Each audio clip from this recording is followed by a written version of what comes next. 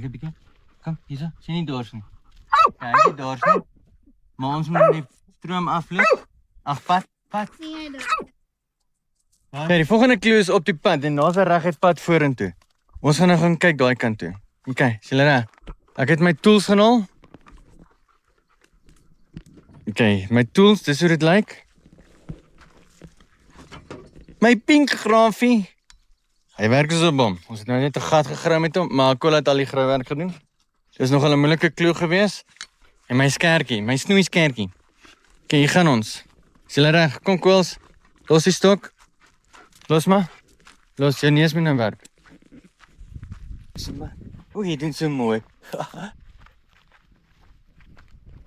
Okay. Hou jou oë op die pad. Hou julle oë op die pad. Baie belangrik. Moenie links of regs gaan nie. Daar's 'n breë pad en 'n nou pad. As ek reg onthou, is dit 'n Matteus 1 2 3 4 5 6 of 7. Matteus 7.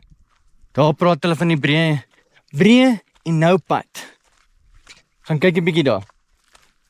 Ek dink ek moet nie klou mis kyk nie.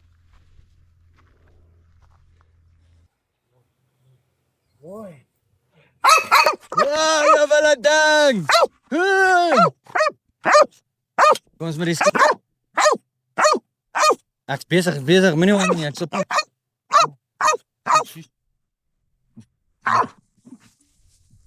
Sit. Ooh, ja wel man. Mooi. Dis kleur daar binne. Jy mag nie. Kyk. Die woordspel. Dit spel gomma. 'n muur, versterkte stadsmuur. 'n muur wat rondom 'n stad of 'n plek gebou is vir beskerming. Belangrik om te onderskei muurvesting. En fokus nou, jy moet jou neusie gebruik. Uit. Die neus op die grond.